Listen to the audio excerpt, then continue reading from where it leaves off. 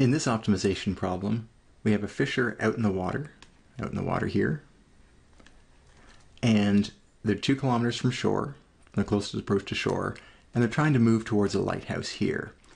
And the challenge is they are going to be rowing for part of that distance and then walking once they've reached the shore. And part of the challenge is going to be where should they land in order to get to the lighthouse the fastest.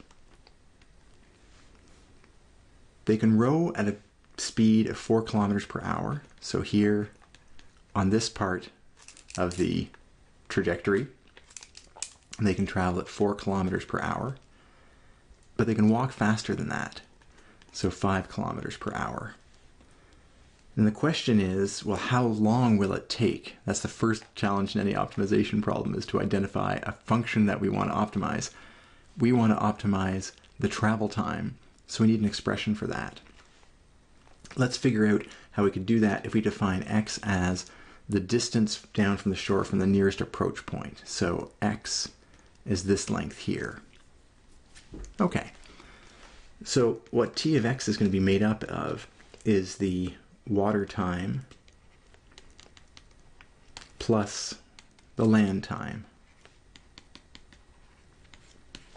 All right, well, the land time might be the easiest to figure out, because if this is x here, the total length here is 3, then the land distance is going to be 3 minus x. And we also have 5 kilometers per hour, so the land time can be pretty easily calculated as time is distance divided by velocity. So distance divided by velocity, 3 minus x over 5, check the units, kilometers divided by kilometers per hour, all over, that equals hours. Overall it equals hours. Okay. The water time is a little more complicated, but we see a nice right angle triangle here, so do a little side calculation. We'll have 2 squared plus x squared equals, let's call this length here w squared. We need to know w so that we can find the time it takes, because we know how fast they're traveling there. W will be the square root of 4 plus x squared, and so the water time, that'll be in kilometers. The water time will be the square root of 4 plus x squared divided by the speed there, which is 4. And again, units would be kilometers divided by kilometers per hour. That equals hours, and so we're good. We're going to take the sum of those two terms, and that will be the total time to land and then walk to the lighthouse. We can see, depending on the value of x, where we land, we'll get different values. All right. So if we continue with our same speeds, 4 kilometers an hour for the boating time and 5 kilometers an hour for the walking time, how can we minimize the time it takes to get to the lighthouse? Well, we just found the relationship between the landing point, so that's x here again. The distance remaining afterwards is 3 minus x. We found that relationship as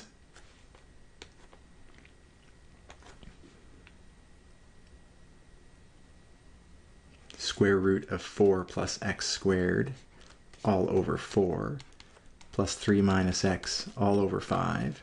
That's distance divided by velocity to give us time. And our next step is to find the critical points. Though it might be worth noting now, because we're going to be asked about whether our value is a global minimum or not, it might be worth noting the domain. Not because of the formula, but because of the context here. X is going to be on the interval 0. It makes no sense to land further back than the closest approach point. And it makes no sense to go past x equals 3, which would be a direct rowing straight to the lighthouse. Our domain is nice and closed, given the context of the problem. Okay, so knowing that, that'll help us later on, but for now we need to find the critical points. And to find the critical points, we need the derivative. So we're going to have 1/4, and we're going to take the derivative of this, which will be 1/2 1 over the square root of 4 plus x squared times the derivative of the inside, 2x. And then this one is easier. It's just negative 1/5. That's not too bad. We can cancel some 2's out here, and then we get 1/4 x over square root of 4 plus x squared minus 1/5. And what are we going to do? Well, we're going to set t prime equal to 0 so that all of this equals 0. That's how we're going to identify our critical points. All right. Well, we might as well bring the 1/5 over, and we might as well bring the 4 up as well. Let's bring the 4 over here. So we'd have x over square root of 4 plus x squared. Now that's a bit miserable to work with. We want to really, well, I guess we could square right away. We'll have 16 over 25. So we're going to square both sides. That's going to equal x squared over, this is squared, cancels the square root. Then we can cross multiply. We'll have 16 times 4 plus x squared equals 25x squared. 16x squared to the other side gives us 9x squared, and this is 64. 16 times 4. And so last but not least, x squared equals 64 over 9, or x equals plus or minus the square root of 64 over 9, but that's better known as plus or minus 8/3. Those are our critical points for the function t, the travel time. Okay.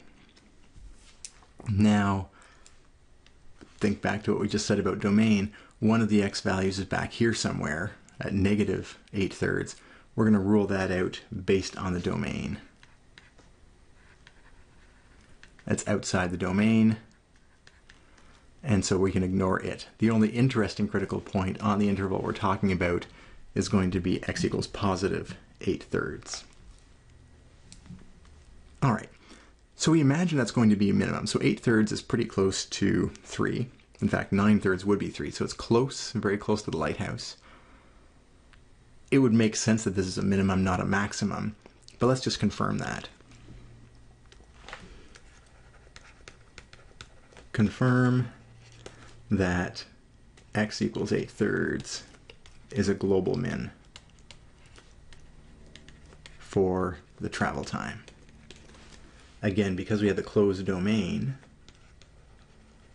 all we need to do is compare t of 0, t of 8/3, and t of 3. These being the endpoints, and t of 8/3 being the only critical point. Because we're guaranteed, again, on a closed interval, that the single global minimum will occur at either a critical point or one of the endpoints. All right, t of 0, let's go and get the formula for t again.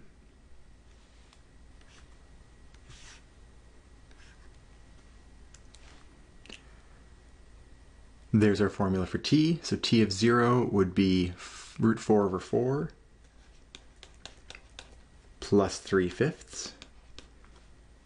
T of 8/3 will be the square root of 4 plus 8/3 all squared, all over 4, plus 3 minus 8/3 all over 5.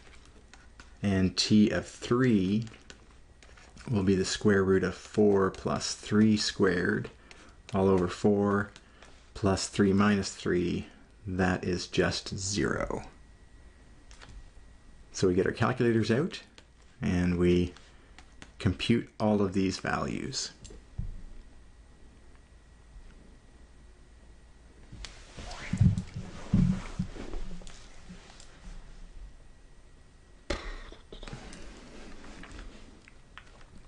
This works out to be approximately 1.1 hours. This one here is 0.9 hours. And surprisingly, this turns out to be just a hair bigger at 0.901 hours. So we might feel it's a little silly to make the distinction here, but this is the lowest value of all three.